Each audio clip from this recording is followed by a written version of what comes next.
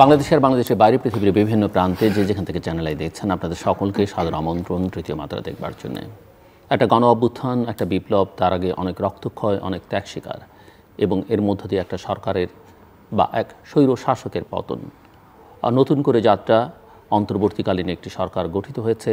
সেই সরকারের যারা আছেন তাদের পোর্টফোলিওগুলো ডিস্ট্রিবিউট করা হয়েছে এবং সর্বশেষ যেটা আমরা জানলাম অন্তত দুজন উপদেষ্টার কথায়, যে ছাত্রদের ইতিমধ্যেই আমরা জানি যে অন্তর্বর্তীকালীন এই সরকারে দুজন উপদেষ্টা নিয়োগ পেয়েছেন এবং এখন প্রতিটি মন্ত্রণালয়ে একজন করে সহকারী উপদেষ্টা ছাত্রদের থেকে প্রতিনিধিত্ব থাকবে এবং তারা বিভিন্ন মন্ত্রণালয় তদারকি করবেন।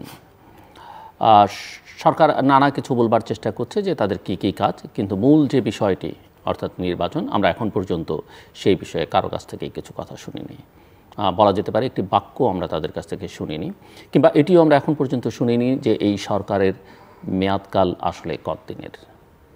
তারা রিফর্মসের কথা বলছেন, অর্থ সংস্কারের কথা বলছেন, সেটা অত্যন্ত গুরুত্বপূর্ণ এবং আমরা চাই আমাদের রাষ্ট্র কাঠামোর সংস্কার, রাষ্ট্রকে নতুন করে মেরামত করতে, নতুন করে রাষ্ট্রটাকে করতে, কিন্তু সেটা কিভাবে করা যায় এবং সেটা সাংবিধানিক প্রক্রিয়ার মধ্য দিয়ে করতে হলে কী করতে হবে সেই বিষয়ে আমরা এখনও পর্যন্ত কোনো বক্তব্য শুনি না।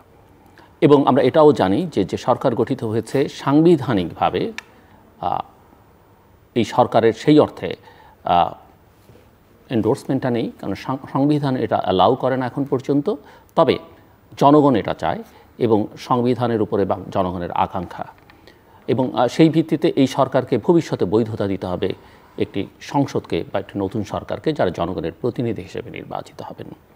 আমি আর কথা না বাড়াই, এই সরকার, তার কর্মপন্থা এবং ভবিষ্যতে বাংলাদেশ কোন দিকে যাচ্ছে, বাংলাদেশের জনগণের আকাঙ্ক্ষা, এইসব বিষয় নিয়ে আলোচনার জন্য আমার সঙ্গে স্টুডিওতে রয়েছেন আমার বায় বসা আছেন সেন্টার ফর পলিসি ডায়ালগ সিপিডির নির্বাহী পরিচালক ডক্টর ফাহমিদা খাতুন, এবং আমার ডানে রয়েছেন ইস্ট ওয়েস্ট ইউনিভার্সিটির সহকারী অধ্যাপক ভূ অর্থনীতি, যার বিষয় পারভেজ করিম আব্বাসী। স্বাগত আপনাদের দুজন তৃতীয় মাত্রায়। নতুন সরকার কেমন হলো, এবং ইতিমধ্যে আমরা তাদের পোর্টফোলিও দেখেছি কে কোন মন্ত্রণালয়ে আছেন। নতুন করে আমরা জানছি যে ছাত্ররা প্রতিটি মন্ত্রণালয়ে একজন করে সহকারী উপদেষ্টা হিসেবে থাকবেন। আমি আপনাদের ভাবনাটা শুনতে চাই দুজনের কাছ থেকে এই সূচনায়। ডক্টর ফাহমিদা খাতুন। ধন্যবাদ আমাকে ডাকার জন্য।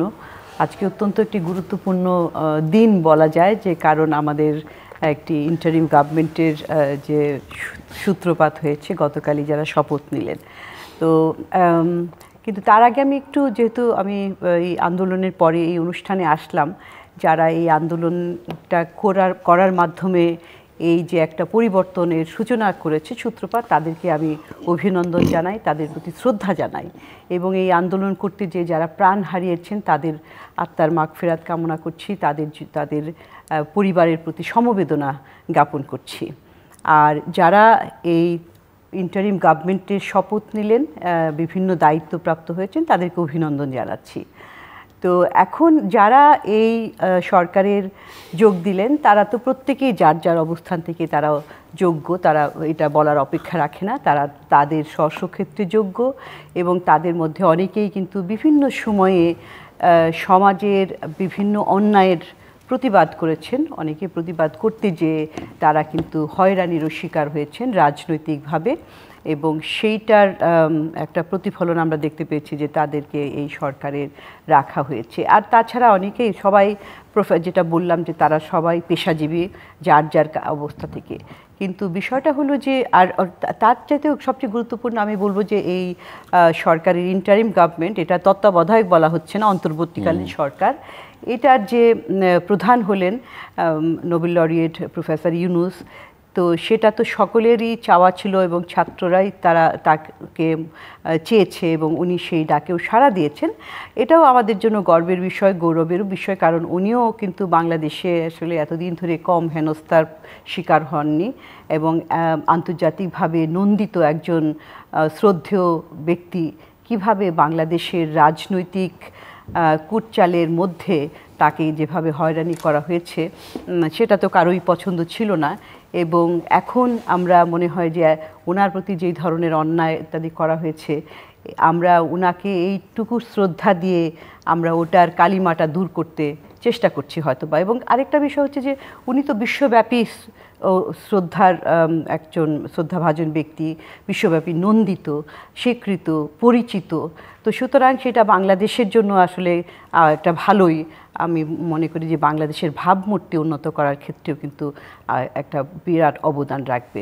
তো এই প্রেক্ষিতে আমি এইটুকুই বলতে চাই যে কারণ কি এখন তো তারা যাত্রা শুরু করেছে, এবং এই যাত্রাটা শুরু করার এখন প্রথম দিনে যেরকম তারা একটা কাজের দায়িত্ব নিয়ে বোঝা মাথায় নিয়ে শুরু করেছেন, সেটা কিন্তু আগামী দিনগুলোতে দেখা যাবে যে তাদের কাজের মাধ্যমে যে তারা কতখানি সেই প্রত্যাশাটা পূরণ করতে পেরেছেন।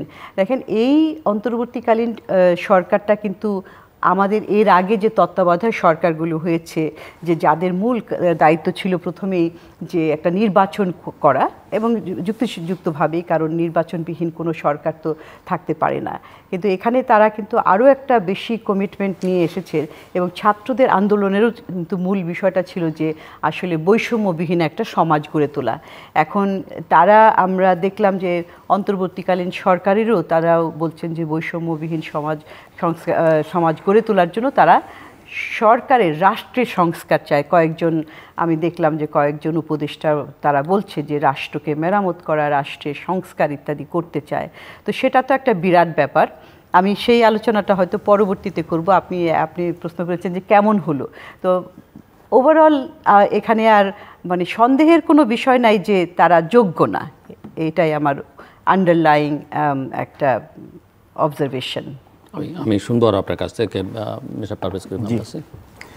না, প্রথমেই শুরু করছি আপার মতোই, যে এই সংগ্রামে যেটাকে আমরা বলছি মনসুন রেভলিউশন, এক একটা রেভলিউশন তো কয়েন করা হয়, তো বর্ষাকালীন যে এই গণ উত্থান, এটার মূল নায়ক হচ্ছে ছাত্ররা, ওরা আমাদের ছেলে মেয়ে। এর জন্যই কিন্তু যখন আমাদের ছেলে মেয়েদের উপর কিন্তু যখন প্রাক্তন প্রধানমন্ত্রী, যখন তার এখানে তার সরকার যখন হচ্ছে নির্বিচারে গুলি করেছে, তখন কিন্তু সবার দেশের সবাই কিন্তু মোরলেস মেজরিটি কিন্তু ছাত্রদের প্রতি চলে আসে। এবং এই যে 16 বছরের যে অ্যান্টি ইনকামবেন্সি, এই যে 16 বছরের যে ল্যাক অফ ডেমোক্রেটিক স্পেস, যেটা নিয়ে আপনার প্রোগ্রামে আমরা ভুরি এখানে আলাপ করেছি, এই যে সীমাহীন যে দুর্নীতি, এই যে ল্যাক অফ অ্যাকাউন্টেবিলিটি, ওটার একটা হচ্ছে ভলক্যানিক ইরাপশন হয়েছে, যেটার জন্য আপনি দেখতে পাচ্ছেন এই আন্দোলনটা, এই পরিণতি। এখন শুরুই করতে হবে হচ্ছে এখন তাদের যারা শহীদ হয়েছে তাদের যাতে যে অবদানটা আমরা যাতে ভুলে না যাই। এবং হ্যাঁ, ডক্টর ইউনূসের সাথে যেটা হয়েছিল, যে কোনো হচ্ছে বিবেকবান মানুষ হচ্ছে যে ওনাকে যেভাবে হেনস্থা করা, যে দেশকে হচ্ছে বিশ্বের দরবারে পরিচয় করে দিচ্ছে, সম্মান নিচ্ছে, তাকে হেনস্থা করা, এটার ফল হয় না। এবং আমার মনে হয় যদি ওনাকে প্রধানমন্ত্রী করার জন্যে কার কৃতিত্ব থাকে, সেটা হচ্ছে প্রাক্তন প্রধানমন্ত্রী শেখ হাসিনা। কেন ওনার প্রত্যেকটা আলাপের মধ্যে উনি কিন্তু ডক্টর ইউনূসকে টেনে নিয়ে আসতো, মানুষকে কিন্তু ডক্টর ইউনূসকে ভুলতে দেন নাই। এটা হচ্ছে যে আইরনিক টুইস্ট অফ ফেট। আমার মনে হয় ডক্টর ইউনূসকে পাবলিসিটি করার জন্য পিআর সেক্রেটারি, বিএনপি জামাত এই কথা বলা হতো যে তাদেরকেও বাঁচিয়ে রাখাটা উনি একাই দায়িত্ব নিয়েছিলেন বোধহয়। এখন আমি চলে আসি হচ্ছে এখনকার অবস্থাতে। আপাতত দেশে 18 কোটি জনগণ সবাই চাইছে হচ্ছে ইন্টারিম গভর্নমেন্টটা হচ্ছে সাকসেসফুল হোক, কেন এটা হচ্ছে আমাদের দেশের আশাবাদ অনেক বেশি এর সাথে জড়িত। সমস্যাটা হচ্ছে কি, আপনার এক্সপেকটেশন বা আশাবাদ যতটা উঁচু, মানে যত বেশি থাকবে, তত কিন্তু এখানে হচ্ছে যে আপনার স্বপ্নভঙ্গ হওয়ার সম্ভাবনা বেশি। এটা কিন্তু if your expectation is high, your possibility of disappointment is that high. So এটা হচ্ছে যে এটা হচ্ছে ইন্টারিম গভর্নমেন্টের সবচেয়ে বড় চ্যালেঞ্জ। কেন মানুষের কিন্তু এখন আমরা বলছি যে প্রথমে হচ্ছে যে এখানে যে কথা ছিল কি ডেমোক্রেসি রেস্টোরেশন করা, ইলেকশন করা, এখন শুনছি হচ্ছে যে রাষ্ট্র এখানে হচ্ছে কাঠামোগত সংস্কার করা, সবই তো আলাপ করা হচ্ছে। এটা হচ্ছে for any government in any country it's a formidable task. এবং সাথে সাথে হচ্ছে একটা ইকোনমিক ক্রাইসিসের মধ্যে, ফুল ব্লোন ক্রাইসিসের মধ্যে চলছে, সাথে সাথে ল অ্যান্ড অর্ডার সিচুয়েশনের সমস্যা চলছে। এর মধ্যে যেখানে আমাদের এখানে এই ক্যাবিনেটে সবাই আমরা কিন্তু আগ্রহের সাথে, গভীর আগ্রহের সাথে দেখেছিলাম ক্যাবিনেটের কম্পোজিশনটা কি হয়। কেননা ক্যাবিনেটের কম্পোজিশনের মধ্যে বোঝা যাবে যে এটা হচ্ছে গভর্নমেন্টের intent. Doctor Yunus is a great man, কিন্তু he is not a superman, কেন he would need enabling people with him. আপাত দৃষ্টিতে যেটা মনে হচ্ছে, এবং এটাও হচ্ছে যে গণতান্ত্রিক এই পরিবেশের জন্য আমরা বলতে পারছি যে ফর নাও এটা মনে হচ্ছে যে long on activists, short on administrators. এখন কিন্তু খুব সিজনড এক্সপিরিয়েন্স লোক দরকার। আমি কিন্তু বলছি না যে এখানে ফাহমিদা আপার মতোই যারা গেছেন তারা দক্ষ না তা না, কিন্তু এখন দেখতে হবে হচ্ছে ডেলিভারি। আপাতত 1 মাস পুরো দেশের গুডউইল থাকবে, এটাকে আমরা বলি হানিমুন এফেক্ট। কিন্তু তারপর যখন দেখবেন যে ল অ্যান্ড অর্ডারের যদি রেস্টোরেশন না হয়, আমাদের যে বড় যে পাবলিক সার্ভিস ডেলিভারি যারা করে পুলিশ ফোর্স, কারণ ওদের স্টেটাসটা কীভাবে রিজলভ করা হবে। তারপর 3 নম্বর হচ্ছে ইকোনমিক ক্রাইসিসের মূল্যস্ফীতি কিভাবে কন্ট্রোল করা যাবে, police force and administration, BCS admin ক্যাডারে যারা আছে তাদের সাথে দেখেন অনেক জায়গায় দেখা যাচ্ছে তাদের এমপ্লয়িজরা এখানে বলছে যে তাদেরকে ফোর্স করছে রিজাইন করার জন্য। ইন্টারেস্টিংলি আরেকটা বেশ কিছু রদবদল হচ্ছে প্রতিদিন, মানে ইভেন প্রফেসর ইউনূসের এবং তার সরকারের ওভারটেকিং এর আগেও হঠাৎ করে বড় বড় রদবদল, এই রদবদল কে করলো, কারা আসলো, সেগুলো নিয়ে নানা রকমের প্রশ্ন তৈরি হয়েছে। এবং আমাদের আগেও তো এমন না যে এখানে 1/11 এর সময় বা তার আগেও কিন্তু ট্রানজিশন হয়েছে। আমরা যদি 3 দিনের জন্য 4 দিনের জন্য একটা সরকারবিহীন অবস্থায় বাংলাদেশ থাকতে পারে, এবারেই প্রথম না, এর আগেও ছিল, তাহলে 2-1টা সাংবিধানিক বা অন্যান্য গুরুত্বপূর্ণ পদে কেন 2 দিন 3 দিন আমরা ওয়েট করতে পারলাম না কেন? My point exactly. আমার কথা হচ্ছে যে আমাদের যে ভ্যাকিউমটা হয়ে গেছে, এখনও কিন্তু পুলিশ ফোর্স কিন্তু আমাদের এখানে সবাই বলছে পুলিশ যেটা করেছে নিন্দনীয়, এবং এখানে হচ্ছে যারা পুলিশের মধ্যে যারা এই ক্রাইমের মধ্যে ইনভলভ আছে তাদের বিচার প্রসেসে নিয়ে আসবে, but that should be through due process. এখন কি হচ্ছে, সারা দেশে কিন্তু এখন হচ্ছে মহল্লায় মহল্লায় সবাই পাহারা দিচ্ছে, কিন্তু এটা তো হচ্ছে সাময়িক ব্যাপার। আমাদের বাচ্চারা এখন হচ্ছে ট্রাফিকের কাজ, ওরাই ভালোবেসে করছে, নিজের রোদের মধ্যে পরিশ্রম করে করছে, কিন্তু এটা হচ্ছে সাময়িক ব্যাপার। সো আমাদেরকে ট্রাফিক, পুলিশ, আমাদের অ্যাডমিন ক্যাডার, এগুলো তো বলতে খুব ভালো লাগে, হিন্দি সিনেমায় দেখানো আছে নায়ক ছবির মধ্যে সব একদিনে সব বাদ করে দিলাম, অ্যাকচুয়ালি তো বাদ হবে না। এর মধ্যে করাপশন যে সিস্টেমিক করাপশন আছে, এটাকে উইড আউট করবেন কি করে? এটা হচ্ছে দিজ আর চ্যালেঞ্জেস। এবং তারপর হচ্ছে যে আপনি যদি আবার চিন্তা করেন, এই যে এখন IMF-এর যে এখন আমাদের অস্টেরিটি প্রোগ্রাম আছে, সবাই কিন্তু এখন হচ্ছে কিন্তু এখানে IMF-এর সাথে তো আমরা হচ্ছে দায়বদ্ধ। আপনার ইলেকট্রিসিটি, গ্যাস, পানির বিল বাড়াতে হবে, আপনার হচ্ছে যে আপনার রেভিনিউ, ট্যাক্স রেভিনিউ বাড়াতে হবে, আপনার যে বিজনেস কনফিডেন্সটাকে আবার রিস্টোর করতে হবে, ফরেন ইনভেস্টররা ভয়ে পালিয়ে গেছে, ওদেরকে আবার আনতে হবে। কিন্তু এর মধ্যে সবচেয়ে মূল কাজ কোনটা? মূল কাজ হচ্ছে একটা গণতান্ত্রিক, একটা হচ্ছে সর্বদলের এখানে পার্টিসিপেশন বা ইনক্লুসিভ ইলেকশন করা, গ্রহণযোগ্য নির্বাচন, মানুষ যেন নির্ভয়ে ভোট দিতে পারে এবং তার ভোটের প্রতিফলন যেন ফলাফলে থাকে, এবং এটা প্রত্যেকটা দলকে আনতে হবে। এখানে কথাটা হচ্ছে কিন্তু এখানে কিন্তু আমরা 1/11 এর সময় কিন্তু শুনেছিলাম -2, কিন্তু এখন কথাটা হচ্ছে কি, মানুষের আগের সরকারের কি কোনো অ্যাচিভমেন্ট ছিল? কিছু তো অ্যাচিভমেন্ট ছিল, কিন্তু এখন কথা হচ্ছে ওদের সবচেয়ে বড় দোষ ছিল যে ওরা হচ্ছে গণতান্ত্রিক নির্বাচন দেয় নাই। এখন কিন্তু আপনি যাই করেন, এখন শোনা যাচ্ছে নাকি তরুণদের দিয়ে আমরা হচ্ছে একটা দল করার একটা কথা হচ্ছে, তরুণদের হতে পারে, কোনো সমস্যা নাই। ইন্ডিয়াতে তো অরবিন্দ কেজরিওয়াল আম আদমি পার্টি করেছে, এবার একটা পলিটিক্যাল ফোর্স হয়েছে, কিন্তু এখন আমি একটু বলেই রাখি যে তরুণরা যদি দল করতে চায় অবশ্যই তারা দল করবার অধিকার রাখে এবং করবে, কিন্তু ক্ষমতায় থেকে দল করা সেটা হচ্ছে আমরা দেখতে হবে যে ওনারা কি ডিক্লেয়ার করেন, কিন্তু আপনাকে মানে প্রো এস্টাবলিশমেন্ট হয়ে আপনি আসলে তাহলে কিংস পার্টি হয়ে গেল। এবং কাজের কথাটা হচ্ছে যে আপনার এখানে কিন্তু ভুললে হবে না, PNP ইজ অলসো এখানে কিন্তু ground reality is very important. এবং এখনো আওয়ামী লীগের কিন্তু গ্রাসরুট অ্যাক্টিভিস্ট অনেকে আছে।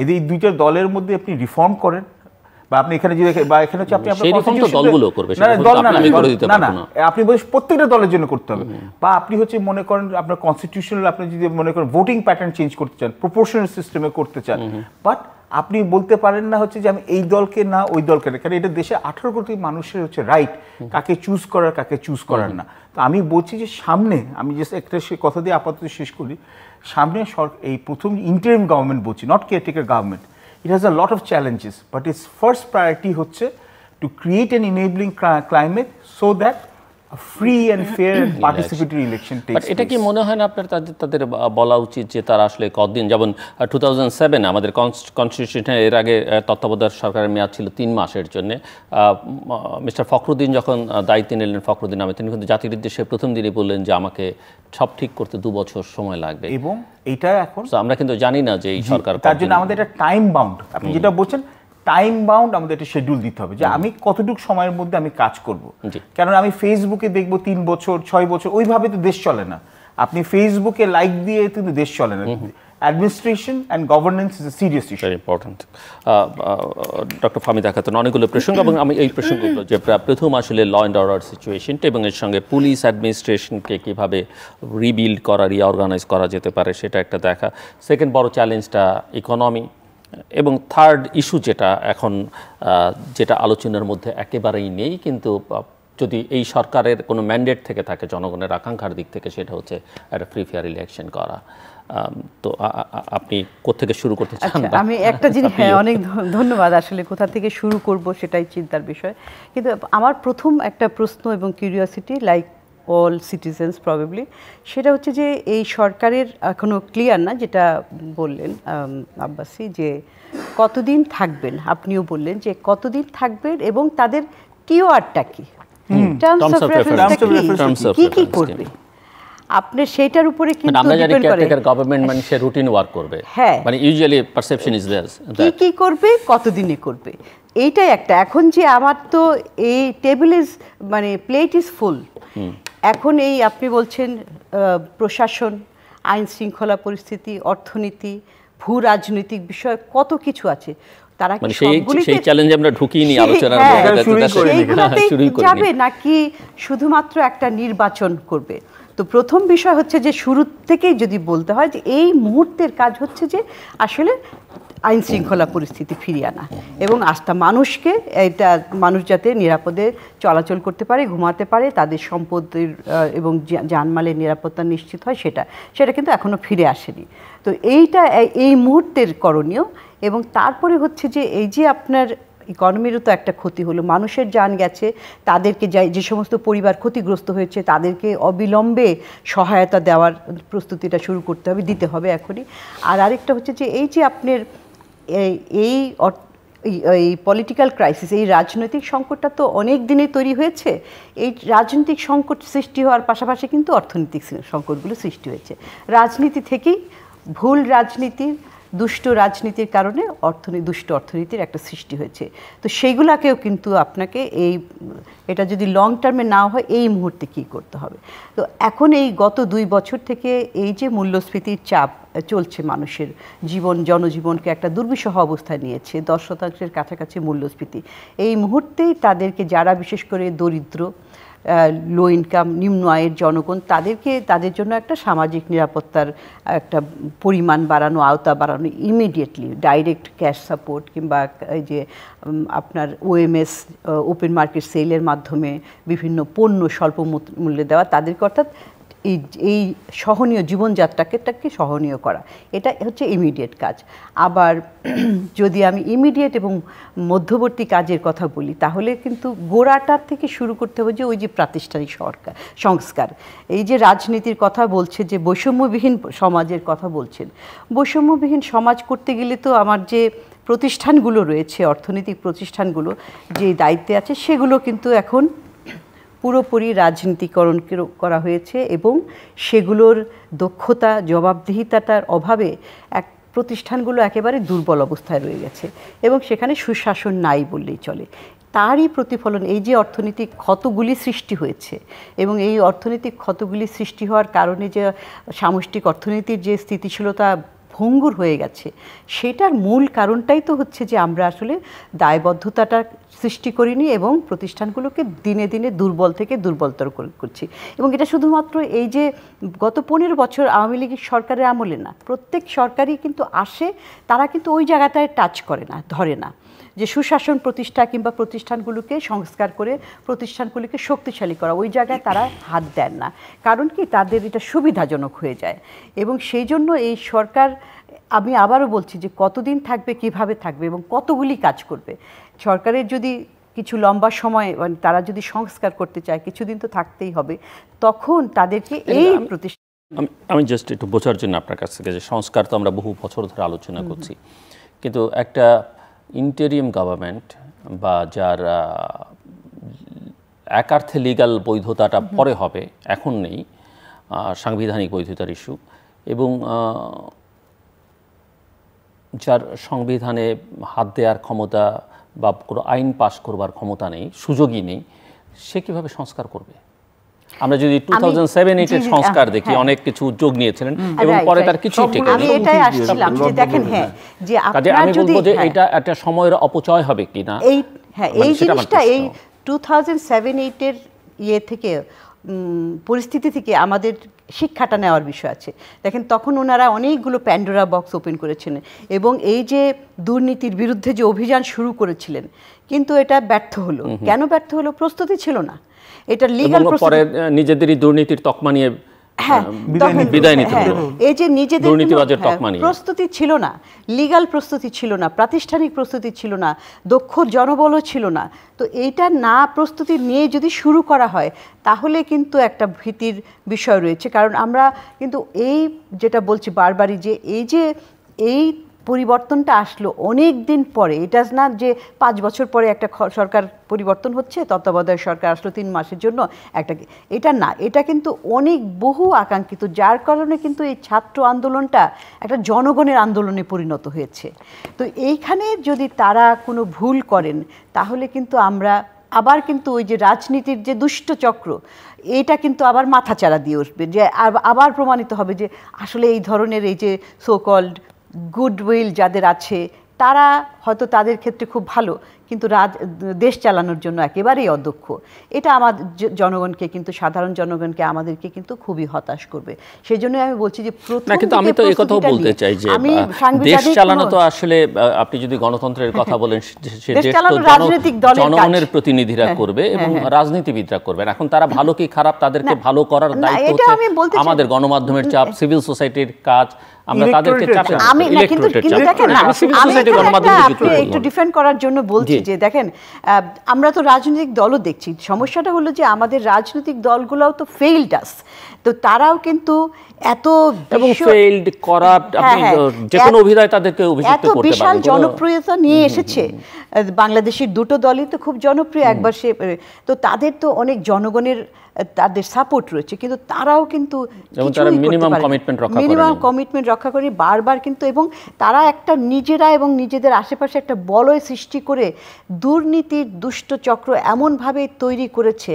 এখন আজকে আপনার এই যে এই যেখানে যান আপনি কোনো সরকারি অফিসে যান, কোনো সেবা নিতে যান, আপনি কোনো পাবলিক সার্ভিসেস এমনি টাকা দেওয়া ছাড়া পাবেন যদি না আপনার একটু হাই লেভেলে কোনো কানেকশন থাকে। সাধারণ মানুষ কোনো তার যে অধিকার ন্যূনতম সরকারি সেবা, এই সেবা কনসেপ্টটা কিন্তু এই সরকার থেকে উঠেই গেছে।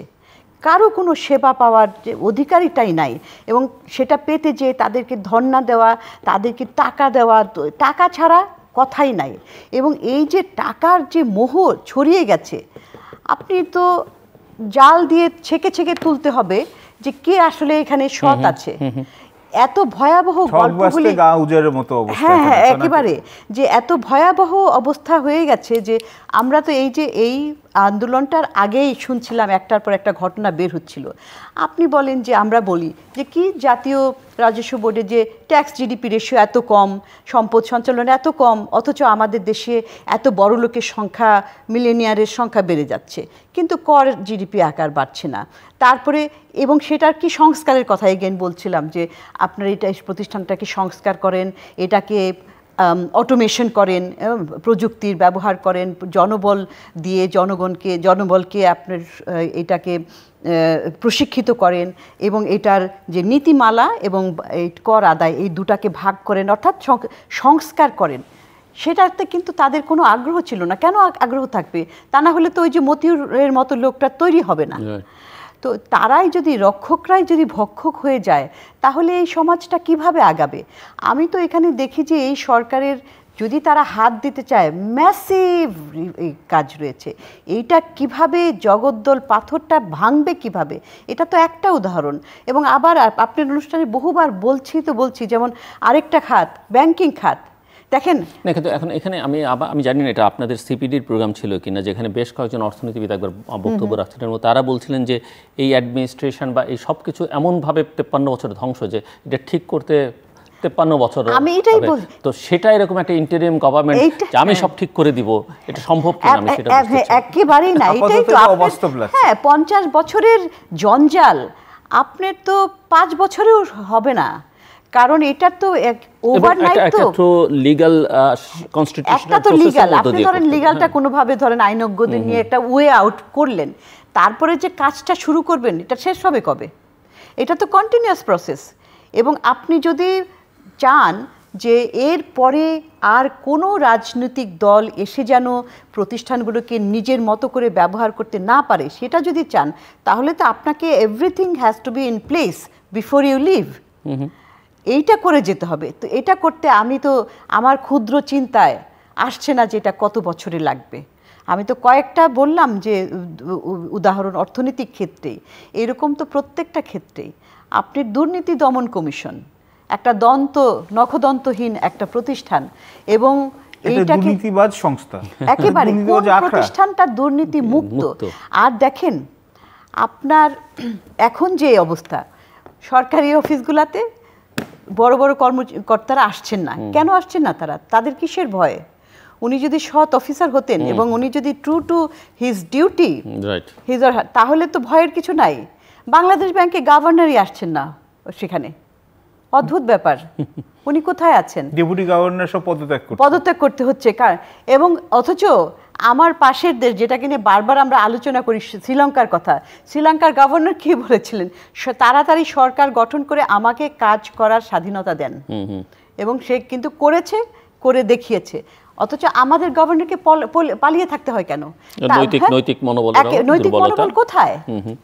আপনার যদি তত নৈতিক মনোবল থাকে তা আপনি ফেস করবেন যে না, এখানে তো কোনো ভুল নাই, আমি তো কোনো ভুল পলিসি নেই যার কারণে। তো এইটা যদি আমাদের হয় যে এই পাবলিক সার্ভেন্টদের অবস্থা, তাহলে এই ধরনের প্রশাসন আপনি কত দিনে এটাকে ঠিক করবেন? আপনাদের দুজনের, আমাদের এবং দর্শকদেরও আকাঙ্ক্ষা যে আমরা আসলে রাষ্ট্রটা মেরামত করতে চাই, সংস্কার করতে চাই, কোন প্রক্রিয়া সেটা। আমার একটা হাম্বল সাজেশন যেটা হতে পারে কিনা একটা অন্তর্বর্তীকালীন সরকার, যে তাদের তো একটা মূল কাজ হচ্ছে ইলেকশন করা, তার আগে তারা যদি, আমি জানি না তারা কতদিন থাকতে চান, আমি মনে করি যে বাংলাদেশের মানুষ বা পলিটিশিয়ানরা, পলিটিক্যাল পার্টি এখন কোনো উপদেশ হয়তো বলছেন যে তাদের কথা তো চলবে না, কিন্তু এটা টেম্পোরারি, এই কথা টিকবে না। কারণ বাংলাদেশে 15 বছর ধরে লড়াইটাই হয়েছে গণতন্ত্রের জন্যে। তো সেখানে তারা একটা করতে পারেন কিনা, ধরেন 1 বছরের একটা টাইম ফ্রেম নিয়ে 6 মাস পর একটা কনস্টিটিউয়েন্ট অ্যাসেম্বলি করে, ইলেকশন করে, কনস্টিটিউশন সহ অন্যান্য আইন কানুনগুলো যদি তারা পরিবর্তন করতে পারেন এবং তারপরে 6 মাস পরে একটা পার্লামেন্ট ইলেকশনের দিকে যান, তাহলে অত রাজনীতিবিদদের এক ধরনের একটা ইয়ের মধ্যে ফেলা যায় কিনা, এটা প্রস্তাব হিসেবে থাকবে। আমি জানি না, আমি সংবিধান বিশেষজ্ঞ তো নই, বাংলাদেশে এত সংবিধান আমিও তো একেবারে আইন তো আমার বিষয় না। আমার কাছে মনে হয় যে যেটা ম্যানেজেবল এটাই করা উচিত। আপনি আরেকটা কথার সাথে আমি ছাড়ছি এখনই, যে দেখেন রাজনীতি দলগুলা কিন্তু তারা কিন্তু ইলেকশন করার জন্য উন্মুখ। আপনি দেখেন ইতিমধ্যে কিন্তু বিএনপি মিটিং করে ফেলেছে, 3 মাসের মধ্যে ইলেকশন এবং তারপরে দেখেন আর আরেকটা বিষয়, এখন দেখেন আওয়ামী লীগের সদস্যরা তারা পালিয়ে আছেন, কিন্তু আস্তে আস্তে তো তারা বের হবে। ধরেন তারা বেরোবে, আমি হয়তো বললাম, অনেকে হয়তো বলছেন যে তারা আগামী, কারণ এই জেনারেশনের, নতুন জেনারেশনের কাছে তাদের কোনো ভবিষ্যৎ নাই, তারা জায়গা পাক আর না পাক, সিট না পাক, বিএনপি একসময় 7 পেয়েছে, তারা হয়তো গিয়ে 5টা পাবে বা 50টা পাবে, 70টা পাবে, আমি সেটা বলতে চাই না। কিন্তু আওয়ামী লীগকে তো আপনার ইলেকশনে রাখতে হবে। আওয়ামী লীগ ছাড়া আপনি ইলেকশন করে তো আসলে সেই ইলেকশন, এটা যদি সর্বদলীয় হয় এবং আমি যদি বলি যে এটা একটা অন্তর্ভুক্তিমূলক হবে, অন্তর্ভুক্তিমূলক সমাজ হবে, এই সমাজ কি আসলে রাজনীতি বিবর্জিত? সেটা তো না। তো অন্তর্ভুক্তিমূলক, আমরা এতদিন কি বলেছি যে রাজনীতিটা তো অন্তর্ভুক্তিমূলক ছিল না, আপনার ইলেকশনটা অন্তর্ভুক্তিমূলক ছিল না, পার্টিসিপেটরি ছিল না। তো এটা তো আমরা নতুন ভাবে মূল কথা হচ্ছে যে জনগণ ডিসাইড করুক সে কাকে চায়। সে কি একটা দুর্বৃত্তকে চায়, সে কি একটা স্বৈরশাসককে চায়, নাকি ওই যে বিশেষ বিশেষ ভবনের কথা অনেক সময় আওয়ামী লীগাররা বলতো তাদেরকে চায়, এটা মানুষ ডিসাইড করে। আমি পারভেজ একটু আপনার সঙ্গে আলোচনা করতে চাই, যেটা ডক্টর ফাহমিদাও বলছেন যে ভূ রাজনীতির চ্যালেঞ্জটা আসলে কি, এবং এর সঙ্গে ভূ অর্থনীতিরও সম্পর্ক আছে। এবং আমরা এই অভ্যুত্থানকাল এবং তারপর থেকেই ইন্ডিয়ান মিডিয়াতে, তার আগে অবশ্য আমরা তাদেরকে দেখেছি প্রথমবারের মতো তারা 2 ভাগে বিভক্ত। এক পক্ষ সরকারের পক্ষ অবস্থান নিয়েছিলেন, আরেক পক্ষ আন্দোলনকারীদের পক্ষ নিয়েছিলেন বা বাংলাদেশের মানুষের আকাঙ্ক্ষার পক্ষে কথা বলছিলেন। এরপরে দেখলাম তারা একভাবে সরকারের একটা ন্যারেটিভ, তারা একভাবে দেখছে, বাংলাদেশের প্রাক্তন প্রধানমন্ত্রী সেখানে গিয়ে আশ্রয় নিলেন, এবং এখন তাদের ন্যারেটিভসের মধ্যে মোটামুটিভাবে এবং একই রকমের তারা কিন্তু কথাবার্তা বলছেন, এবং বাংলাদেশকে একটা ব্র্যান্ডিংয়ের যে ব্র্যান্ডিংটা পুরনো আগেও তারা চেষ্টা করেছেন এবং বাংলাদেশ থেকে বিশেষ করে প্রাক্তন ক্ষমতাসীনরা তারা ওই ব্র্যান্ডিংয়ের সঙ্গে, এবং সেটা আমরা দেখছিও, সাবেক প্রধানমন্ত্রী অন্তত তার পুত্র তো কথাবার্তা বলছেন এবং সেই ব্র্যান্ডিংটা তিনিও করবার চেষ্টা করছেন, এখানে জঙ্গি, এখানে এটা সেটা নানান কিছু, ভারতের এখানে ভূমিকা রাখা দরকার। আমি একটু আপনার কাছে বুঝতে চাই যে এই যে ইন্ডিয়ান যে ন্যারেটিভস এবং তার সঙ্গে যে সরকার গঠিত হলো এবং এই সরকারের ভবিষ্যৎ, এটা আপনি কীভাবে? ধন্যবাদ জিলু ভাই। প্রথমত এখানে হচ্ছে যে ভারতীয় মিডিয়াতে যে স্পেশালি হচ্ছে যখন মানে আওয়ামী লীগ সরকারের পতন হলো, ওদের যে রিয়াকশনটা, ইনিশিয়াল রিয়াকশনটা হলো, এটা হচ্ছে নিজার্ক রিয়াকশন, একটা হচ্ছে হিস্টেরিয়া, এটা হচ্ছে মায়ের চেয়ে মাসির দরদ বেশি। মানে একটা হচ্ছে, এবং আপনি যদি এখানে দেখেন আনন্দবাজার পত্রিকা দেখেন, এনডিটিভি দেখেন, তারপর CNN 18 দেখেন, তারপর বাকিগুলো যতগুলো আছে সবগুলো প্রোগ্রামের মধ্যে 95% হচ্ছে যে ওদের ন্যারেটিভটা হচ্ছে, খুব সোজাভাবে বললে হয় যে এই সরকারটাকে পতন করানো হয়েছে একটা বিদেশি, একটা আইএসআই এবং চায়না, নট আমেরিকা। আবার দেখেন আমেরিকা বলেছে, কিন্তু আইএসআই চায়না এবং তারেক রহমান লন্ডনে বসে মিটিং করেছেন। এবং এখানে বলছে এটা হচ্ছে শুধু হচ্ছে মৌলবাদী এবং হচ্ছে যে কট্টর ইসলামিস্টদের হাতে চলে যাচ্ছে এবং হচ্ছে এটা মাইনরিটির উপর অ্যাটাক করা হচ্ছে। এবং ভারতীয় প্রধানমন্ত্রী প্রফেসর ইউনূসকে যে সেখানকার মধ্যে ওই যে সংখ্যালঘুদের বা হিন্দু ধর্মাবলম্বীদের নিয়ে তিনি তার উদ্বেগ প্রকাশ করেছেন। অত্যন্ত দুঃখজনক। এখন কথাটা হচ্ছে, এবং আমি আপনার কথাটা এখন মিলিয়ে বলছি, আগে কিন্তু প্রাক্তন সরকারের এখানে যখন ওরা বলতো, যখন মনে করুন বিএনপি বা মনে করুন সুশীল সমাজে এখানে যখন মনে করেন বিদেশি এমবেসির সাথে কথা হতো, ওরা বলছে দেশের শত্রু, কেন দেশের নিয়ে ওরা হচ্ছে ষড়যন্ত্র করছে। কিন্তু যেই মতো ওনারা হচ্ছে ক্ষমতাচ্যুত হলেন, আমি দেখলাম যে ওনারা হচ্ছে ওদের যে ন্যারেটিভটা দিলেন, প্রধানমন্ত্রীর সন্তান, প্রাক্তন প্রধানমন্ত্রীর সন্তান এবং আরও কয়েকজন, যে দেশে হচ্ছে যে এখন হচ্ছে দেশে একদম নৈরাজ্য তো ভরে গেছে, কিন্তু এরা কিন্তু বলতে ভুলে যাচ্ছে এটা কিন্তু জনগণের কিন্তু এখানে একটা উত্থান হয়েছে, এখানে একটা ছাত্রদের, ছাত্র তো একা ছিল না, ছাত্ররা প্রথম দিকে ছিল, ছাত্রদের উপর নির্বিচারে হত্যা করেছে বলে দেশের সবার বেশিরভাগ অধিকাংশ লোক হচ্ছে মুখ ঘুরিয়ে নিচ্ছে সরকারের কাছে। সন্তানের সাথে মা বাবা নেমে গেছে, মা বাবার সাথে প্রতিবেশী নেমে গেছে। এইটা কিন্তু খুব কোনো জায়গায় মেনশন করা হয়নি।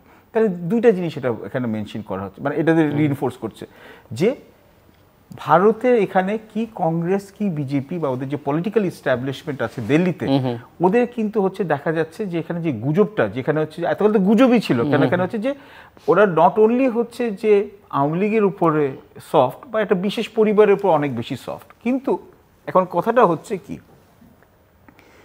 ইন্ডিয়াকেও বুঝতে হবে যে বাংলাদেশে এটা হচ্ছে অভ্যন্তরীণ বিষয়, জনগণের এখানে যা ডিসাইড করবে সেটাই এখানে ডিটারমাইন করবে।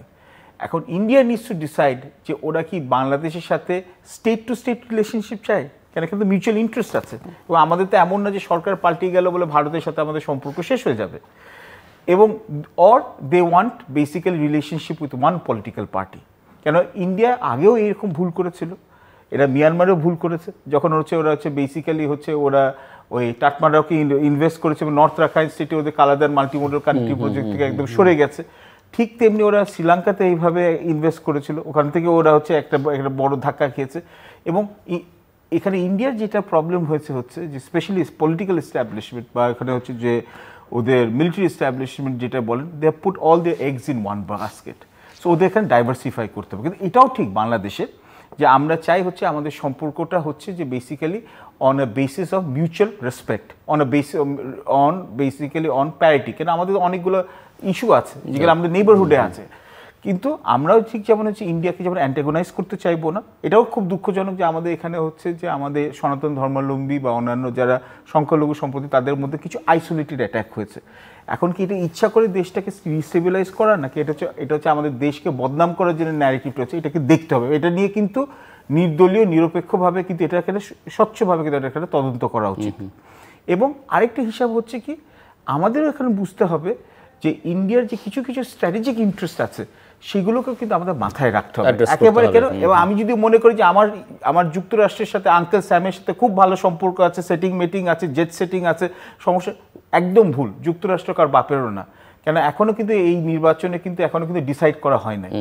এটা ডোনাল্ড ট্রাম্প আসতে পারে, কামলা হ্যারিস আসতে পারে, কিন্তু one thing is for sure যে চায়নাকে ওরা কিন্তু কন্টেইন করতে চাইবে, এবং চায়নাকে কন্টেইন করার জন্য ওরা কিন্তু সব জায়গায় এখানে ইন্ডিয়া এবং অন্যান্য রাষ্ট্র নিশ্চয়ই যুক্তরাষ্ট্র এখানে হচ্ছে ওরাও চাইছে হচ্ছে যে বার্মা অ্যাক্টের জন্য বাংলাদেশে ওরা হচ্ছে ওদের জন্য একটা কমপ্লায়েন্স সরকার নিয়ে আসা, কিন্তু আমেরিকার জানে the ends matter more than the means, এবং এমন না যে ইন্ডিয়ার কোনো অযৌক্তিক আমরা দাবিটা আমরা মেনে নিব।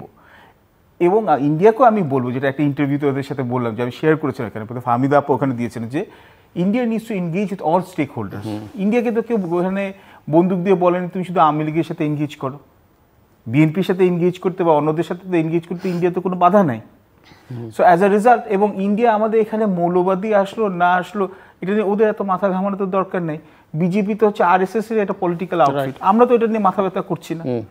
আর আমাদের দেশে এখানে লস অফ লাইভস হয়েছে আনফর্চুনেট, বাট লস অফ লাইভসটা এখানে এটা হচ্ছে বাংলাদেশে তো এখন তো আমরা দেখেছি যে মসজিদের ইমাম, তারপর আমাদের এখানে হচ্ছে মাদ্রাসা শিক্ষার্থী, ওরা সবাই দাঁড়িয়ে এখানে হচ্ছে মসজিদ মন্দির এখানে গির্জা এগুলোকে প্রোটেক্ট করার চেষ্টা করছে। 2-4 জন দুষ্টু লোক সব জায়গায় করছে, যেমন এখানে সব জায়গায় ডাকাত পড়ে যাচ্ছে। হঠাৎ করে এত ডাকাত কোথা থেকে আসলো? আপনি এগুলো এটা তো এখানে বুঝতে হবে। একটা ডাকাত তো শুনিই না আমরা বহুকাল থেকে ঢাকা শহরে তো শুনি ডাকাত ভুলেই গেছি আমরা। এবং এখানে হচ্ছে হঠাৎ করে এত অস্ত্র পেলো কিভাবে, এখানে হচ্ছে পুলিশ এখানে লুট হলো, এবং স্ট্র্যাটেজিক যে ইনস্টলেশন গুলো ছিল কেন প্রোটেকশন দেওয়া হয়, এগুলো কিন্তু প্রশ্ন আছে। অবশ্যই এটা কিন্তু সিকিউরিটি ফেলিয়ার কেন হলো, এত বড় সিকিউরিটি ফেলিয়ার। এবং এটাও একটা জিনিস আমাদের মনে হচ্ছে যে আমাদের যে ইন্টারিম গভর্নমেন্টের জন্য এটা চিন্তা করতে হবে। আরেকটা চ্যালেঞ্জ তো আছে, তো চায়না ফ্যাক্টর। চায়না তো আপাতত এখন হচ্ছে যে এখানে নিউট্রাল হয়ে গেছিল, কেন এটা তো হচ্ছে প্রাক্তন প্রধানমন্ত্রী যখন চীনা সফরে গেল বোঝাই গেল, চেয়েছিলেন প্রথমে $25 বিলিয়ন, তারপর গেলেন $20 বিলিয়ন, তারপর $7 বিলিয়ন, ওনাকে $140 মিলিয়ন অনুদান দিয়ে বিদায় করে দেওয়া হচ্ছে। তো এখন হচ্ছে, এবং সঙ্গে সঙ্গে চীনের সাথে আমাদের এত যে BRI যে বিনিয়োগ, ওটা কি হবে? আরেকটা বড় কথা, আমাদের রূপপুর নিউক্লিয়ার পাওয়ার প্ল্যান্টে যে রাশিয়ার কাছ থেকে এত বড় যে আমরা বিনিয়োগ লোন নিয়েছি, ওইটা কি হবে? ওই নিউক্লিয়ার পাওয়ার প্ল্যান্টটা কি ফিজিবল হবে নাকি না? এবং last but not the least, আমাদের যে জাপানের যখন ADBর কাছ থেকে আমরা গাদাম বিশাল অ্যামাউন্টের লোন নিয়েছি নর্থ ইস্ট ইন্ডিয়ার সাথে কানেক্টিভিটি জানে, ওটার ফিজিবিলিটি রিভিউ করতে হবে। তো আমাদের কিন্তু উই হ্যাভ হ্যান্ডস ফুল। আমি বলছি প্রথম সময়ে কিন্তু এখন হচ্ছে যেখানে একটা স্বৈরশাসনের অভাব হয়ে মানে পতন হয়েছে, আমাদের এখন সবাই আমাদের বড় বড় চিন্তা করতেই পারি, কিন্তু আমার কিন্তু এখন একটা ফিজিবিলিটি এবং রিয়ালিটি চেক দিতে হবে। কেন ভূ রাজনৈতিক অবস্থাতে কিন্তু যুক্তরাষ্ট্র কিন্তু সবসময় তার পাউন্ড অফ ফ্লেশ চাইবে, এবং তার ফোকাস হবে কিন্তু মিয়ানমার, তার ফোকাস হবে হচ্ছে বার্মা একটাকে ইমপ্লিমেন্ট করা, এবং এটাতে কিন্তু তখন হচ্ছে যে ভারতের চীনের সাথে কিন্তু আমাদের একটা সম্পর্কে টানপোড়েন পড়তে পারে। এগুলো মাথায় রাখতে হবে। ডক্টর ফাহমিদা খাতুন। হ্যাঁ, আমি যেটা বলছিলাম যে এতগুলি কাজ, এই কাজগুলি করার জন্য আমার মনে হয় যে আসলে সংস্কারগুলি করে রেখে তারপরে আর তার পাশাপাশি ডে টু ডে কাজগুলি কিন্তু সেগুলোও কিন্তু কম না। এই যে কতগুলি এর আগে বললাম, এই যে সংস্থাগুলো তো আপনি বলছেন, বা সংস্থার প্রধান বা গুরুত্বপূর্ণ জায়গায় যদি দেখা যায়, যেমন ধরেন আওয়ামী লীগ তো পলিটিসাইজড করেছে, এবং আওয়ামী লীগের সঙ্গে সম্পর্ক থাকুক আর না থাকুক, পুলিশের লোকজন, অ্যাডমিনিস্ট্রেশনের লোকজন, তারা বেশি আওয়ামী লীগের হিসেবে নিজেদেরকে জাহির করেছে। এখন আপনি সেই জায়গায় যদি এই অন্তর্বর্তীকালীন সরকার বা একটা নিউট্রাল গভর্নমেন্ট এসে এমন সব লোকজনকে বিভিন্ন পদে বসান যাদেরকে আবার মনে হয় যে তারা বিএনপি বা অন্য রাজনৈতিক দলের সঙ্গে সম্পর্কিত, তাহলে আমি মানে বার্তাটা আসলে কি যাচ্ছে? এক্স্যাক্টলি এইটাই তো সমস্যাটা। এই যে দেখেন তত্ত্বাবধায়ক সরকার, অন্তর্বর্তীকালীন সরকার, বিএনপির বিজয় তো প্র্যাকটিক্যালি হবে ইলেকশনের মাধ্যমে। এই বিজয় তো বিএনপির বিজয় না, এই বিজয় বাংলাদেশের জনগণের বিজয়। এইটাই এই বিজয়টা যাতে কেউ ছিনিয়ে না নিতে পারে, এটা প্রোটেক্ট করা। ইতিমধ্যে কিন্তু এই যে দখলদারিত্বের একটা যে কালচার, সংস্কৃতি, এটা কিন্তু শুরু হয়ে গেছে, যে অনেকে এই যে ব্যাংকগুলা দখলদার দখল হয়েছে, এর থেকে গোয়েন্দা সংস্থা ব্যবহার করে ব্যাংক দখল করেছে, এখন আবার অন্যরা গিয়ে টেলিভিশন হাত বদল হয়ে যাচ্ছে। তো একবার এই পিঠ আর একবার ওই পিঠ, এটা যদি হয় এটা তো তাহলে কিছুই হলো না আর কি আমাদের ওই। তো এনারা এই যে কাজগুলো এগুলি কিভাবে করবেন আমার কাছে এখনো স্পষ্ট না, নিশ্চয়ই তারা কর্মপরিকল্পনাগুলি করবেন। তো কিন্তু বিষয়টা হচ্ছে যে এই যে ধারাবাহিকভাবে আপনার ওই পুলিশ প্রশাসনে কাদেরকে নিয়োগ দেওয়া হয়েছে, কিংবা এই যে আপনার পাবলিক সার্ভিস এই কোটাগুলি যে কেন রাখা হয়েছিল, তো এই জন্যই যে আপনি একটা লয়াল, তো হ্যাঁ লয়াল কাডার তৈরি করবেন যারা কিনা আপনার পক্ষে কাজ করবে, জনগণের বিপক্ষে থাকবে, জনগণের সাথে তাদের হবে একটা শত্রুতা ভাবাপন্ন একটা সম্পর্ক। এটা তো হওয়া উচিত না। তো এই এতগুলিকে, এবং এখানে যে এই যে পুলিশ প্রশাসন এখন তারাও কাজে যোগদান করতে অস্বস্তি জানিয়েছেন, এবং অনেকে এখানে যদি সংস্কার করতে চান, তাহলে আরও নতুন নিয়োগও দিতে হবে অনেক জায়গাগুলিতে। তো সেখানে আমাদের সেই তাদেরকে প্রশিক্ষিত করা, তাদেরকে নিয়োগ দেওয়ার মতো মানে অবস্থা আছে কিনা, এগুলো কিন্তু অনেক প্রশাসনিক কাজ আছে। তারা যারা ওখানে আছেন দক্ষ অনেকেই সরকার পরিচালনা তো ছিলেন, তো এই কাজগুলি করা এটা বলবো। কিন্তু আমি তার পাশাপাশি বলবো যে আশু কাজগুলির দিকেও আসলে নজর দেওয়ার বিষয়। এখন যে এই যে ব্যাংকগুলি, ইসলামী ব্যাংক দখল হয়ে যাচ্ছে, ইসলামী ব্যাংকে যারা এই 2017-এর পরে যারা জয়েন করছে তাদেরকে বাদ দেওয়া হচ্ছে, এটাই বা কি? তারা কোথায় যাবে? তারা একটু প্রত্যেকেই কি দলীয়ভাবে এসেছে, নাকি তারা অনেকে তো হয়তো যোগ্যতা সহকারে এসেছে? তো ওই সমস্ত অরাজকতাগুলি দেখার বিষয় আছে। এখানে মাইক্রো ম্যানেজমেন্টের যেমন দরকার আছে ম্যাক্রো ম্যানেজমেন্ট, এই দুটার মধ্যে কিভাবে ব্যালেন্স করবে এটা একটা টাফ আর কি কাজ। তো সেখানে আমার মনে হয় যে আরও যারা এখানে উপদেষ্টারা আছেন তাদের সাথে আরও অনেক, তারা তো মানে এককভাবে না, তারা দলবদ্ধভাবে কাজ করবেন, এটা একটা। আর হচ্ছে যে এই রাষ্ট্রের মেরামত কিংবা বৈষম্যহীন সমাজ ব্যবস্থা চালু করা, তো এটা তো এটাকে বলা হচ্ছে, আপনি শুরু করেছিলেন যে রেভলিউশন দিয়ে। তো রেভলিউশনের সময়ে যখন একটা রেভলিউশন হয় তখন কিন্তু এই যে কতগুলি পিটফল থাকে, যেটা আমরা ওই যে বহিঃপ্রকাশ দেখলাম, সেই পিটফলটাকে যত এই যে আইন শৃঙ্খলা পরিস্থিতির অবনতি এবং এটার ফলাফলটাকে আপনার কালিমাযুক্ত করা, হ্যাঁ, এটার সেগুলো আসলে শক্ত হাতে করা, মোকাবেলা করা শক্ত হাতে, এটার কন্ট্রোলটা যত তাড়াতাড়ি নিতে পারবে ততই মানুষের কিন্তু আস্থা ফিরে আসবে। কিছুদিন আমরা ভ্যাকিউম ছিলাম, কিন্তু এখনও মনে হয় যে একটা ধোঁয়াশার মধ্যে রয়েছি আমরা, এটাই আমার বলার বিষয়। আরেকটা বিষয় হচ্ছে যে এখন যেহেতু যে আমি সবচেয়ে বেশি গুরুত্ব দিই এই কারণে যে একটা দেখেন এই আন্দোলনটার সময়ও যেইভাবে আমাদের যে পুলিশ প্রশাসন ছাত্রদের উপরে এবং জনগণের উপরে যেভাবে তারা গুলি বর্ষণ করেছে, এটা একটা। তারপরে যেখানে আমাদের তৎকালীন মন্ত্রীরা বিভিন্ন সময় তারা যেরকম বলেছে, যে ধরনের কাজ করেছে, ইন্টারনেট ব্ল্যাক আউট করেছে, এই সমস্ত করে বিদেশে যে আমাদের যে ভাবমূর্তি, এটা তো অনেক গুরুত্বপূর্ণ। একদিকে মানে একেই তো আমাদের এখানে বিনিয়োগ নাই, ফরেন ডাইরেক্ট ইনভেস্টমেন্ট এফডিআই জিডিপির 1% নিচে, এত যে আমরা এফডিআই পলিসি, উন্মুক্ত পলিসি করেছি, তারপরেও কিন্তু অ্যাট্রাক্ট করতে পারি না, কারণ আমাদের এখানে তাদের তো আস্থার অভাব। তারা এই যে বিগত সরকার তারা বলেছিল আমরা স্টেবিলিটি এনেছি, কিসের স্টেবিলিটি? তারা মনে করেছে যে একটা সরকার বসে থাকলে এটা স্টেবিলিটি। একটা যে এই যে ভুল সংজ্ঞা জাতিকে খাওয়ানোর চেষ্টা, জাতি খায়নি সেটা, কিন্তু স্টেবিলিটি মানে, হ্যাঁ, স্টেবিলিটি মানে তো সরকার, একটা রাজনৈতিক দল ক্ষমতা থাকবে সেটা না। স্টেবিলিটি মানে হচ্ছে যে আপনি প্রতিষ্ঠানগুলিকে শক্তিশালী করবেন, এক দল যাবে আরেক দল আসবে। তো এইখানে সেই জন্য বিনিয়োগকারীরা কিন্তু এটা আবার বুঝে স্টেবিলিটি। নর্থ কোরিয়াতে তো স্টেবিলিটি আছে, সারা জীবনের জন্য একরকম থাকবে, সেখানে কি বিনিয়োগের জন্য যাচ্ছে কেউ? সেটা না। তো ওই জন্য বিনিয়োগকারীরা দেখে যে আসলে আমার রাজনীতিক স্টেবিলিটিটা কেমন, তাদের মনের মধ্যে সেটা একটা ভয়। তারপরে দ্বিতীয় বিষয়টা হচ্ছে যে এই যে লাগামহীন দুর্নীতি, করাপশন, এই করাপশনটা তো একটা মানে আমাদের একটা ওয়ার্ল্ড ইকোনমিক ফোরামের সাথে আমরা একটা সার্ভে করে থাকি, যে সেখানে গ্লোবাল কম্পিটিটিভনেস ইন্ডেক্স তৈরি করা হয়। বাংলাদেশের তো এটা অনেক পিছনে থাকে, প্লাস কোন কোন ফ্যাক্টর, প্রথম 5টার মধ্যে করাপশন আসতো, এখন করাপশন উপরে চলে আসছে, 1 আর 2 এর মধ্যে থাকে প্রতি বছর। এবং এরা কারা বলছে? বড় বড় বিজনেসম্যানরা, যারা দেশি বিজনেসম্যানরা। তো এইখানে বিনিয়োগ যদি না আনতে পারি তাহলে আমি অর্থনীতিকে কীভাবে চাঙ্গা করবো? প্রতিষ্ঠান সব ঠিকই আছে, তা ওটা করলে আসবে, কিন্তু তার পাশাপাশি আমার ইমিডিয়েট কিছু কাজ তো করতে হবে। এই বিনিয়োগ আনার জন্য এই দুর্নীতি দূর করা, এবং তারপরে ওই যে আমাদের যে তথাকথিত যে ইনফ্রাস্ট্রাকচার, এই স্মুথ ইনফ্রাস্ট্রাকচার, এত যে মেগা প্রকল্প করেছি তারপরেও তো আমাদের স্মুথ মানে একদম মসৃণ একটা অবকাঠামো তৈরি হয়নি, এটার মধ্যে অনেক ঘাটতি আছে। মেগা প্রকল্প নিয়ে তো আলাপ নাই, কিছু কিছু টাচ করেছে সে, তো এইটা একটা। তারপরে আবার একটা দক্ষ মানব সম্পদ। আমরা তো শিক্ষা ব্যবস্থাটাকে একেবারে ধ্বংস করে দিয়েছি। এই শিক্ষা ব্যবস্থা একদিকে তো আপনার বরাদ্দ কম থাকে বাজেটের মধ্যে, তারপরে হচ্ছে এই যে সিলেবাস তৈরি করা হলো, বাচ্চাগুলোকে আসলে কিছুই আর কি শিক্ষা না দিয়ে একটা শিক্ষাহীন মেধাহীন সমাজ গড়ে তোলার পঙ্গু করে চেষ্টা। এটা তো আমি দেখেছি যে এই যে সরকারের যে দুষ্ট রাজনীতি এবং আরেকটা তাবেদার রাজনীতি, আপনি ভূ রাজনৈতিক বিষয় নিয়ে আলাপ করেছেন, তো সেখানে অনেকেই আলাপ করতো যে আমরা দেখেন কোথায় কোথায় যেখানে আসলে যেগুলো দিয়ে একটা জাতি গড়ে ওঠে, শিক্ষা, সেটাকে আমি একদম নস্যাৎ করে দিয়েছি, একদম ভঙ্গুর করে। এখানে কোনো গুণমান সম্পন্ন শিক্ষা নাই, চাকরির জন্য ছেলেরা ঘুরছে, ছাত্রছাত্রীরা ঘুরছে, চাকরি নাই, আবার কোথাও চাকরির জন্য অ্যাপ্লাই করে, তারা অনেক সময় এত শত শত হাজার হাজার লাখ লাখ অ্যাপ্লিকেশন করার পরেও নিতে পারে না, কারণ যোগ্যতা মিলছে না, তাদের এত কম যোগ্যতা, বাইরে থেকে আনতে হচ্ছে। তো এটা তো একদম আমাদের ধরে ধরে। তারপরে স্বাস্থ্য খাত, স্বাস্থ্যের জন্য আমাদের চিকিৎসার জন্য বাইরে।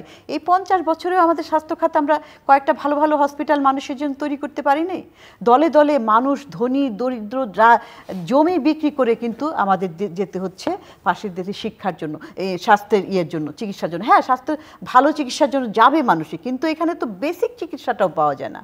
তারপরে এখন দেখেন, আমার আরেকটা মনে হচ্ছে যখন আন্দোলনের সময় এই যে ছেলে মেয়েগুলোকে, তরুণ তাজা প্রাণগুলিকে মারা হচ্ছিল একবারে দিনের পর দিন, আমার কাছে মনে হচ্ছিল যে আবার সরকারকে এই তরুণ প্রজন্মকেও শেষ করে দিতে চাচ্ছে, যারা কিনা উদীয়মান। আমরা কি বলি ডেমোগ্রাফিক ডিভিডেন্ড যেটা নিব, মানে লক্ষ্য করে করে একটা জাতিকে মেরুদণ্ডহীন করার জন্য।